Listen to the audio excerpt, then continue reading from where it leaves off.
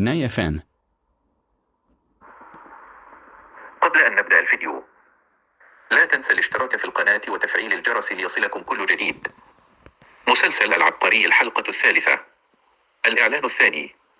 الغراب يعرف بقصة المال. واسكندر يغدر، ولكن بمن؟ اسكندر يغدر بديفران. خطط ديفران لتحقيق العدالة لعائلته لا تسير كما كان يأمل. إعادة اسكندر إلى المنزل تترك الجميع في حالة من الفوضى. علاوة على ذلك، عندما يواجه العواقب الوخيمة للخدعة التي لعبها على اسكندر، فإنه يضطر هذه المرة إلى التعاون معه. تواجه جولتشي صدماتها القديمة عندما تقف ضده، بينما تحاول إسماء جمعه معا، وتحذر ديفران بشدة أكبر هذه المرة. يتعين على ديفران أن يثق في اسكندر لإنهاء ما بدأ، لكن اسكندر يستخدم هذه الثقة للانتقام القاسي من ديفران.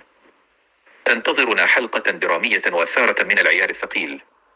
إذا أعجبكم الفيديو لا تنسوا الضغط على زر الإعجاب ومشاركة الفيديو مع الأصدقاء. للمزيد اضغط على زر الاشتراك.